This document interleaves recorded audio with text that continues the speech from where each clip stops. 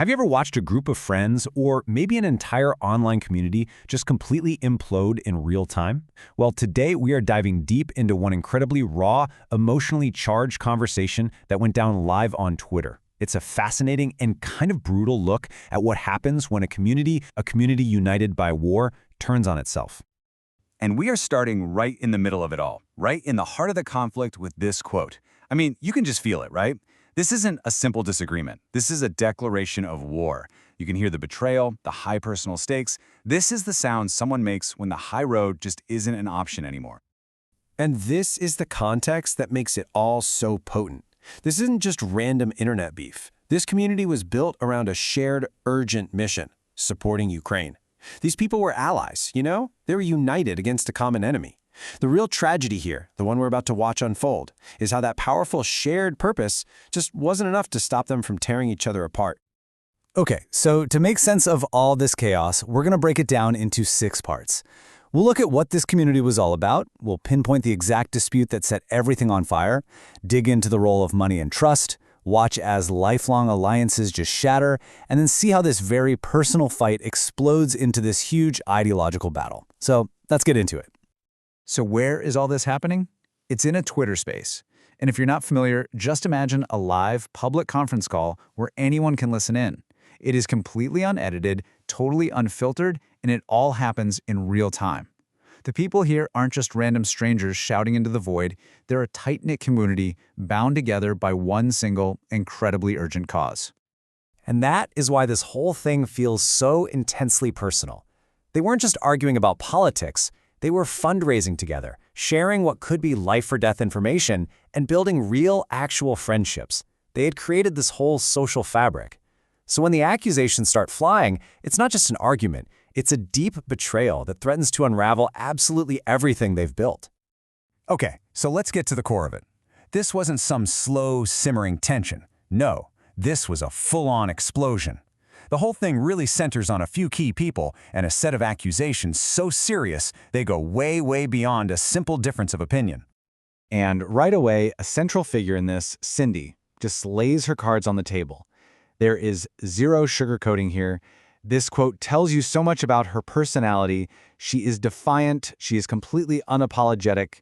She's not just admitting to the conflict, she's owning it, framing her actions as a totally justified response. This isn't an apology tour, it's a battle cry.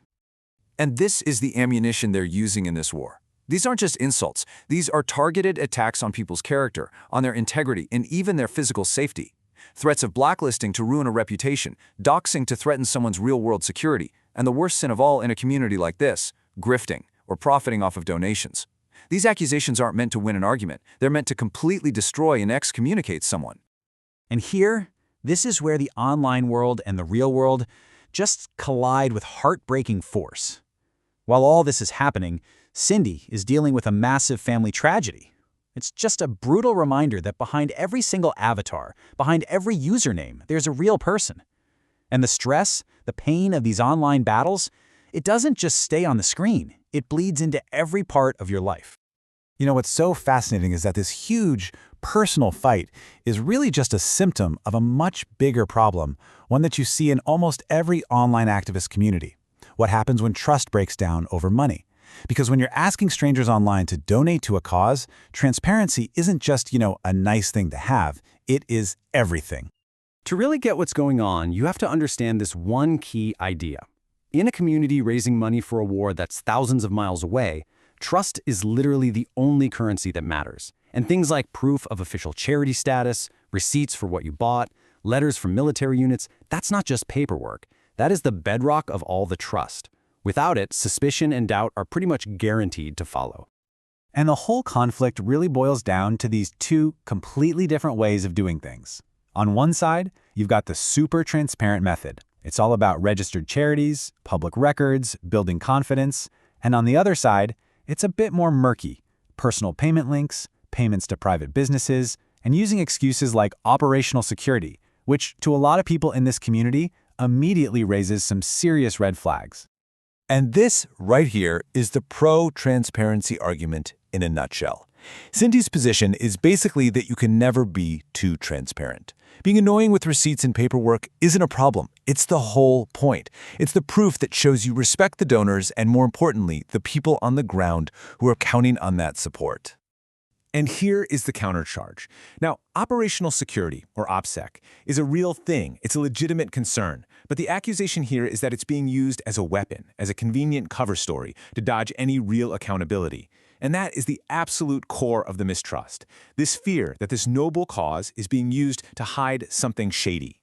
So, what's the result of this firestorm over trust and money? Well, the community completely fractures. What was once this solid, united front just shatters into a bunch of warring factions. It's a textbook case of how these digital alliances forged in a common cause can just disintegrate under pressure. And you see this pattern play out over and over again online. It starts with a private fight in the DMs, then it spills out into the public, and suddenly everyone feels like they have to pick a side. And that leads to this cascade of digital banishment, a block war. It's not just about muting someone you disagree with, it's about redrawing the entire social map of the community, creating these little echo chambers and just cutting off all communication. And you can just feel the human cost of all this in these quotes. For someone who lives in this online world, blocking a person isn't just a casual click. To say, you're the first person I ever blocked, I mean, that's a declaration that an alliance is over.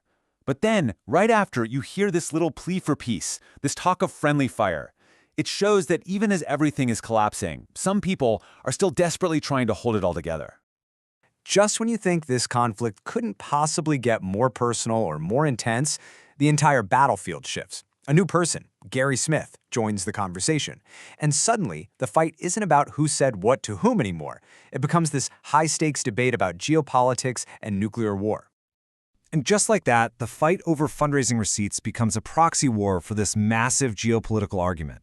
Gary, who brings up his national security background, introduces this philosophy of risk mitigation, basically making nice with your enemies to keep things stable. And that idea directly clashes with the core belief of this community, that peace only comes through strength. So in their eyes, Gary isn't being pragmatic, he's advocating for surrender. And this is the community's reaction, voiced here by another participant named Bonk. It is immediate and it is visceral. He doesn't just disagree with Gary's strategy, he condemns it as a complete moral failure. To him, it's not just about idea, it is a cowardly idea. The debate is no longer intellectual, it's about courage versus cowardice, good versus evil. And this is the moment. It is so telling. When Gary is faced with this moral challenge to his authority, to his expertise, he doesn't counter with facts, he doesn't make a reasoned argument. He resorts to pure personal insults. It's a fascinating look at how a person who presents themselves as a calm, rational authority figure can completely unravel when their core worldview is challenged. The mask just slips. So, after hours and hours of accusations of shattered friendships and ideological warfare, what have we actually learned from watching this community just implode? What are the lessons we can pull from the wreckage of this digital battlefield?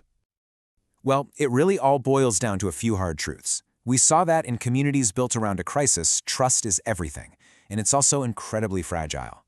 We saw how the distance the internet provides can just amplify aggression, turning disagreements into all-out wars. We learned that a fight about money was never really about the money. It was a symptom of a much deeper divide. And most importantly, we saw undeniable proof that the line between online drama and real-world pain, it's just an illusion. It's not real. And that leaves us with this massive question, one that I think affects all of us.